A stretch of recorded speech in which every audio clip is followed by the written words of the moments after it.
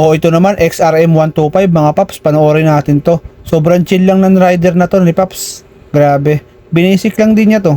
Kalmado lang kasi siya kaya naman kayang-kaya Tsaka kabisado niya talaga yung motor niya. Tingnan niyo mabuti kung paano siya nagmamaneho, di ba?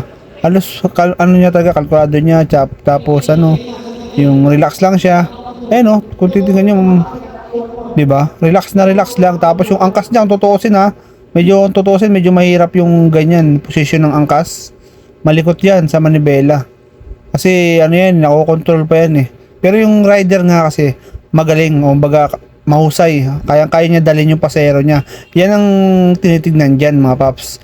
Kaya kahit hindi marunong umangkas yung pasahero nyo, kailangan bilang isang rider kaya nyo talagang dalhin yung pasahero nyo para hindi kayo siyempre abutin sa kalsada kung nasa kalsada na kayo. Pagka ganyan, ibig sabihin mahusay to si paps. Kaya niya talaga dalhin yung pasahero niya. Yan ang isa sa mga katangian na hinahanap ng pagiging MC taxi.